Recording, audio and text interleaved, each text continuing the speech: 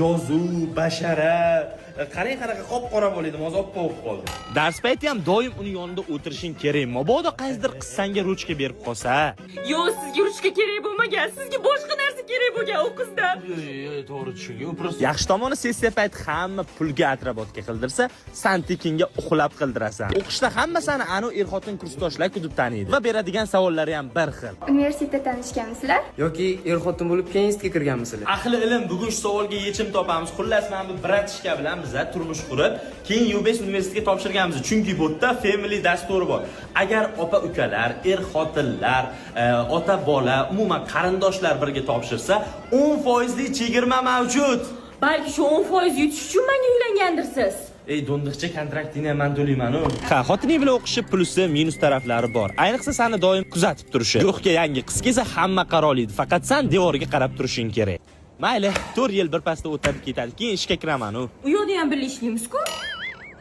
Demak, men butun umr qizlarga qarolmayman. Butun umr mana shu qamoqda yashashga mahkumman.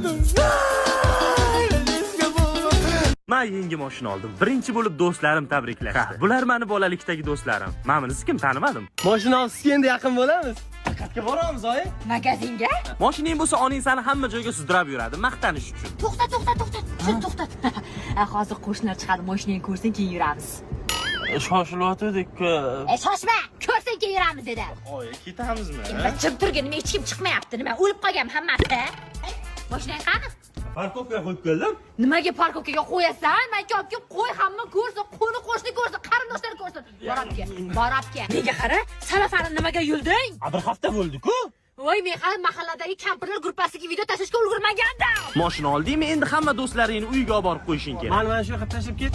Keldik, tush. Yur. Qayerga yuraman? O'yin oldiga keldik-ku. Ichkariga olib kirib qo'y. Tush. Vaqt o'tib mashinada sezilarli xarajatlar boshlanadi. Mashinang qani?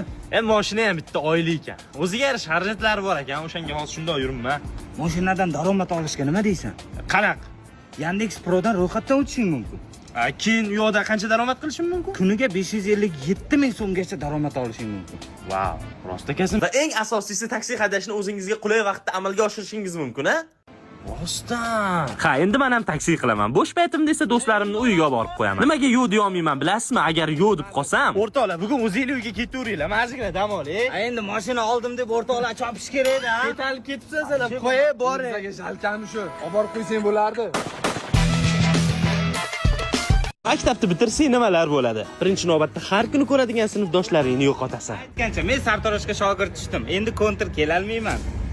Koreyaga ketaman o'rtoq, bo'pti, charchama gap. Kechki payt ko'chaga chiqmay qo'yding. O'qishga tayyorlanmayman o'rtoq. Yaxshi tomoni bo'lsa hech kim ertalab uyg'otmaydi. Mana ovqat yeginda o'zingga ish top. Lekin uydagilarim meni bekor bo'lmasligimni iltimos qilishdi. Keyin oyimam skоворodka bilan iltimos qildilar.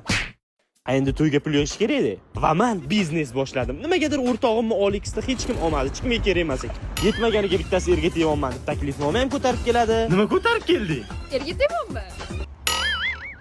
Men bo'lsam o'qishga tayyorlanishni boshlab yubordim. Boshda uyimga yaqin institutga topshirmoqchi bo'ldim. Keyin qizlar ko'p institut qidirdim. Keyin bali past institut qidirdim. Yo, men kelajagimga seriyozli qarashim kerak. Shuning uchun maktabdagi sevgilim Zebo topshirgan institutga topshiraman.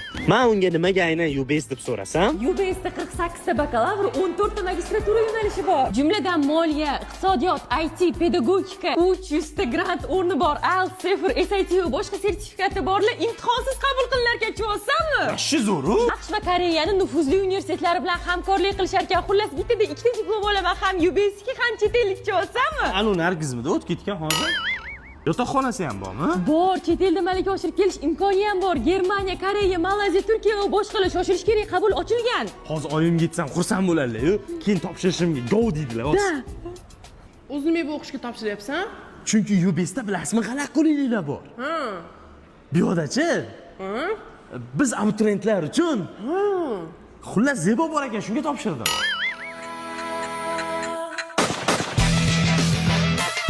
Ha, dada, yuribmiz-da, mana Rossiyaga ishlab. Nima gap o'zi? 27-da to'yingni belgiladik. Mani nima xabarim yo'q? Mana aytayapman-ku. Qiz kim o'zi? Bilmasam, onang topgan kelsang ko'rarsan. Men qara ko'r. Yana to'ying kuni kelib o'tirma, hay. Ertaroqqa bir yo'nib po'nib, tovon-povaning qirib olarsan. Mayli bo'pti. Ko'rmagan qizimga qanaqa o'ylanaman?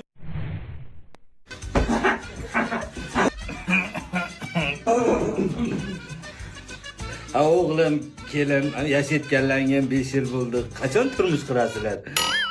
Biz hali katta hayotga tayyor emas edik. Da odam yashab ko'rmaguncha bir-birini bilmas ekanda, bir-birimizdan kamchiligimizni ko'rib, bir-birimizni o'rganib, bilganimizdan keyin ana to'y qilib turmush qilsak bo'ladi. Ha, mayli.